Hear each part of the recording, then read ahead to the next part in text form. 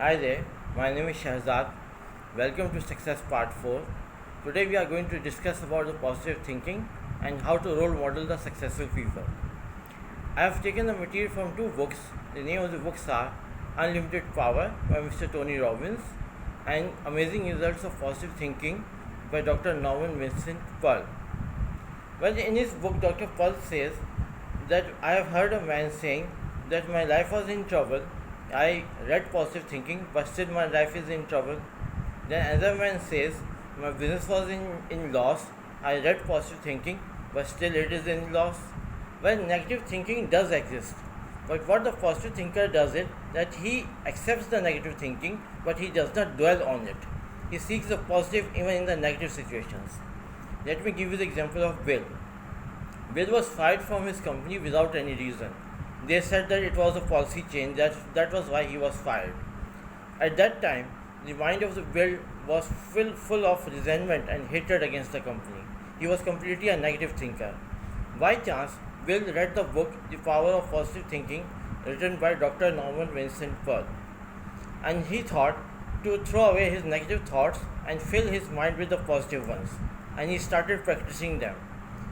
And after a few days, he met his friend, and his friend said, "How are you, and how is your job going on?" Bill said casually, "Oh, I have been fired from my job." His friend said, "Are you not worried or anxious that you have been fired?" Bill said, "No, God has better plans for me, that's why I am not worried." Few days later, he got a call from his friend, and his friend said that there is an opening in his company, so salary-wise the job is not good, but it had a potential for him. Bill accepted the job, and that job was Bill's dream job. Now we come to the second example. The second example is of Alina. Alina loved to cook. Alina was totally blind. And by chance, Dr. Peale had a dinner with Alina. Alina served him a 17-course Mexican food. What happened to her that she ran a restaurant and gradually her eyesight started failing, and then she became completely blind. Then one day she received a phone call that her husband had died in a road accident. At that time, Alina was completely helpless and hopeless, and she remained in that state for many weeks. After that, she again gathered up her courage, and she made her mind tough and started cooking again.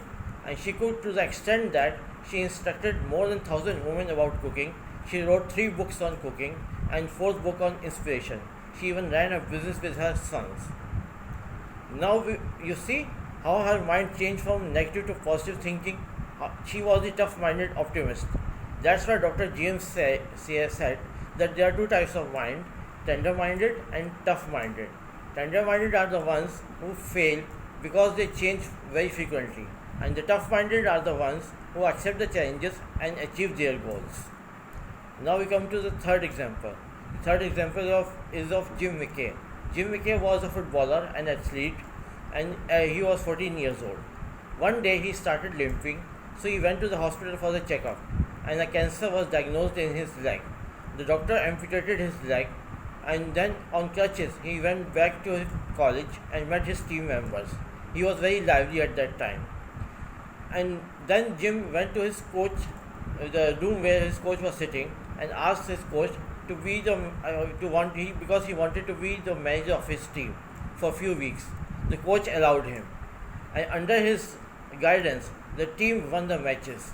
Finally, his team and the coach threw a party for him, and they wanted to present him the football signed by the whole team. But on the day of the party, the Jim didn't come, and then team came to know that Jim had developed a lung cancer.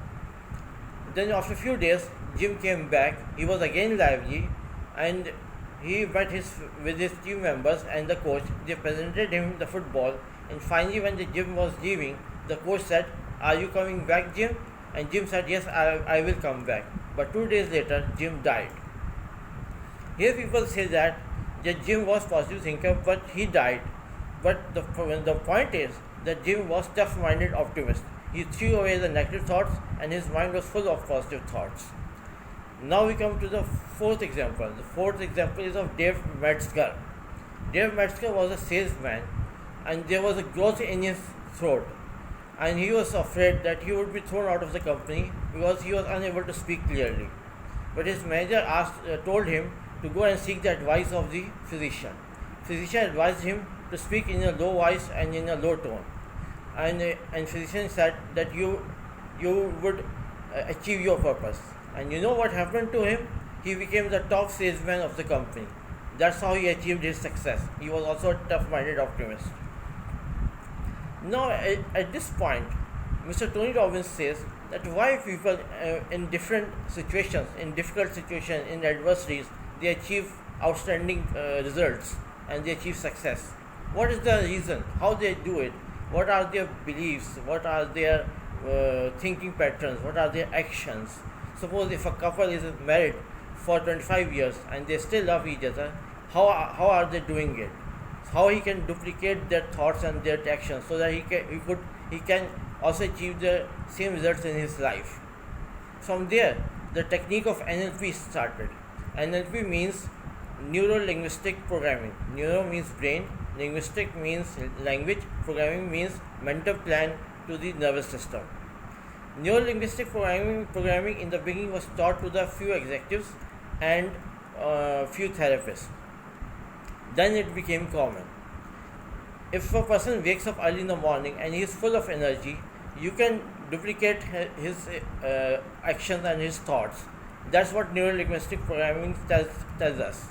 And if a person is a perfect speller, you can also become a perfect speller within moments.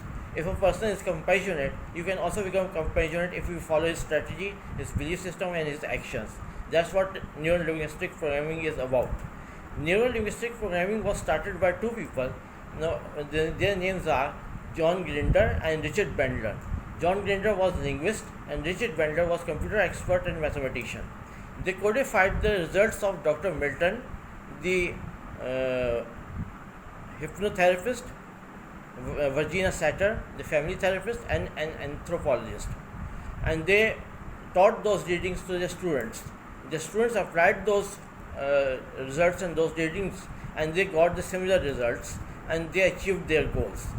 From here, we come to the end of our conversation. So if you like my video, please click the like button and please also subscribe to my channel. Thank you very much. Bye bye.